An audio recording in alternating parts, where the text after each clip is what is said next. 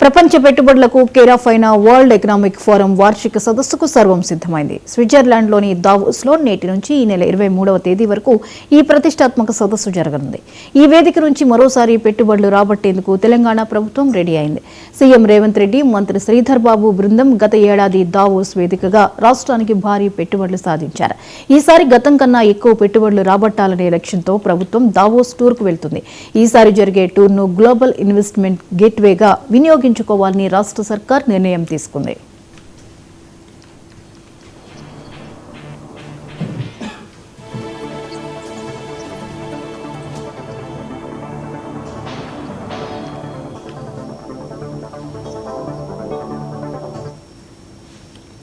CM Revanth Reddy రాత్రికి Davos కు వెళ్తారు. దావోస్ లో జరిగే సదస్సు ప్రపంచ దేశాల ప్రభుత్వాలు, కార్పొరేట్ దిగ్గజాలు, ఆర్థిక సంస్థలు, టెక్నాలజీ నాయకులు, విధాన రూపకర్తలు కలిసే అత్యంత ప్రభావవంతమైన వేదిక.